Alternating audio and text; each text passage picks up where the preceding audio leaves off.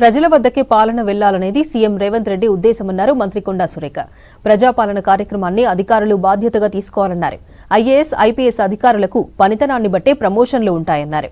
తాము పాలకులం కాదు, సేవకులమంటున్న మంత్రి కొండా సురేఖతో శ్రీధర్ ఫేస్ టు ఫేస్.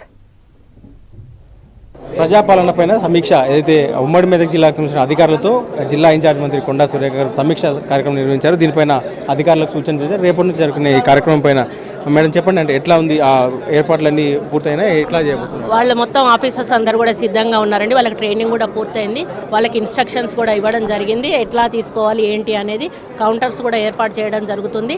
వాళ్ళకి పోలీసు వాళ్ళు కూడా సహకరిస్తారు. ఎక్కడ కూడా తోపులాట కానీ ఇబ్బందులు కానీ కొనసాగకుండా. ఇంకొకటి ఏంటంటే అందరికీ కూడా ఒక డౌట్ ఉంటుంది, ఇప్పుడు మా అప్లికేషన్ తీసుకోలేదు మళ్ళీ మాది ఎట్లా అనేటువంటి భయం అవసరం లేదు. ఇది నిరంతరం కొనసాగేటువంటి ప్రక్రియ. నిరంతరంగా ఎంక్వైరీలు జరుగుతూనే ఉంటే అర్హులైన వాళ్ళందరికీ కూడా మీరు కోరుకున్న సమస్యలు తీరే వరకు కూడా ఈ ప్రభుత్వం ముందుకొస్తుంది. కాబట్టి మీరు ఎటువంటి ఇబ్బందులు పడకుండా నిదానంగా మీ యొక్క అప్లికేషన్లను ఇవ్వాల్సిందిగా నేను విజ్ఞప్తి చేస్తాను. రేషన్ కార్డుల సమస్య వచ్చిందంటే దానిపైన ఎట్లా కన్ఫ్యూజన్? ఇప్పుడు 28 నుంచి రేషన్ కార్డ్స్ సబ్మిషన్ అంటే ఇందులో కూడా రేషన్ కార్డు లేని వాళ్ళు టిక్ పెట్టుకుంటారు.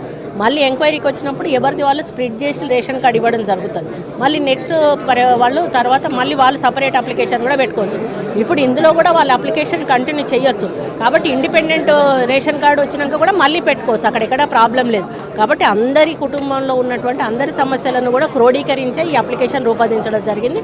అందరి ఆధార్ డేటా కూడా అందులో పొందుపరచడం జరుగుతుంది. అంటే ఆ సమస్య ఆ కుటుంబానికి సంబంధించిన సమస్యగా గుర్తించి అందులో ఏమేమి సమస్యలు ఉన్నాయో అన్నిటికీ ఒకటే ప్రొఫార్మాలో వచ్చే విధంగా ప్రొఫార్మా రూపొందించడం జరిగింది. ఒకే అప్లికేషన్లో అంటే ఒక ఇంట్లో 2-3 బెనిఫిషియర్స్ ఉన్నప్పుడు వాళ్ళందరిది ఒకే టిక్తోని కన్ఫ్యూజన్ కావని వాటిని ఎట్లా క్లారిటీ?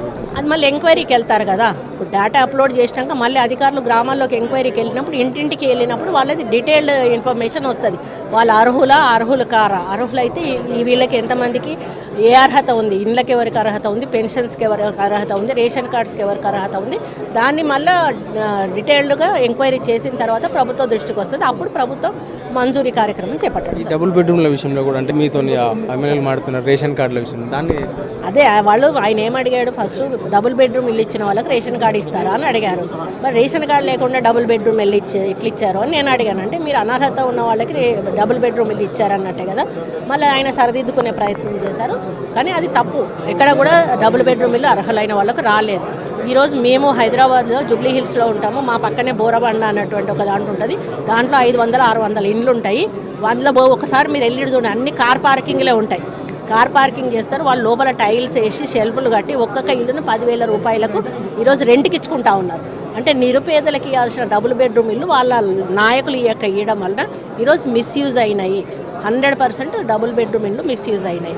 అందుకే వాళ్ళు సరిదిద్దుకునే ప్రయత్నం చేస్తున్నారు. దానికి ప్రభుత్వం, ముఖ్యమంత్రి గారు మరి దాని మీద ఏం చర్య తీసుకుంటారో నాకైతే తెలియదు. కానీ 100% డబుల్ బెడ్రూమ్ ఇళ్ళ కేటాయింపులో అవినీతి జరిగింది. రేపు ఒకటేసారి అప్లికేషన్ల కోసం గ్రామీణ జనమంతా కూడా ఒకేసారి ఊళ్ళలోకి వెళ్ళడం కావచ్చు, ఇట్లాంటి దానికోసం ప్రత్యేకంగా ఎట్లాంటి ఏర్పాట్లు చేశారు? పోలీసు ఉంటారు, అందరూ సిబ్బంది ఉంటారు. మేము మొబైల్ హెల్త్ టీమ్ను కూడా పెట్టమని చెప్తున్నాము. ఎక్కడ ఏ ఇబ్బంది ఉన్నా కూడా వాళ్ళు కమ్యూనికేట్ చేసుకుని వెంటనే వాళ్ళను పిలుచుకొని అంబులెన్స్కి తీసుకొని వెళ్ళడం జరుగుతుంది. క్రౌడ్ ఒకరి మీద ఒకరు పడకుండా అక్కడ వాళ్ళు సెక్యూరిటీ పెంచడం జరుగుతుంది. ఇతర ప్రాంతాల్లో వలసలు వెళ్ళిన వారు కూడా రేపు వచ్చి అప్లికేషన్ ఇచ్చుకోవాల్సి ఉంటుంది. వాళ్ళ ఇష్టం అండి. వాళ్ళు వచ్చి పెట్టుకుంటే ప్రాబ్లం ఏం లేదు, పెట్టుకుంటేనే మంచిది కదా. ఎక్కడ లోకల్గా ఉన్న వాళ్ళు అక్కడ పెట్టుకుంటేనే వాళ్ళకి రేపు ఏదైనా కూడా కావాలన్నప్పుడు మళ్ళీ మన ప్రభుత్వం నుంచి సహాయం అందే అవకాశం ఉంటుంది. ఎక్కువ మంది ఊళ్ళలోకి రావడంతో గతంలో ఇట్లా మేము అందుకే పదే చెప్తున్నాం కదా, ఒక్క రోజుతో ఆగిపోయేది కాదు, కంటిన్యూస్ ప్రాసెస్. మీరు అప్లికేషన్ పెడతానే ఉండొచ్చు. ఈ 8 తారీఖు వరకే పెట్టాల్సిన అవసరం లేదు, కంటిన్యూస్గా కొనసాగుతూనే ఉంటుంది. కాబట్టి ఎవరు కూడా తొందరపడొద్దని విజ్ఞప్తి చేస్తారు. అప్లికేషన్లు రేపు ఒక రోజు కాకుండా కంటిన్యూస్గా తీసుకునే విధంగా ఏర్పాట్లు చేస్తామంటూ కూడా మంత్రి చెప్తున్నారు. కెమెరామెన్ రాజుతో శ్రీధర్, విజ్ న్యూస్, సంగారెడ్డి.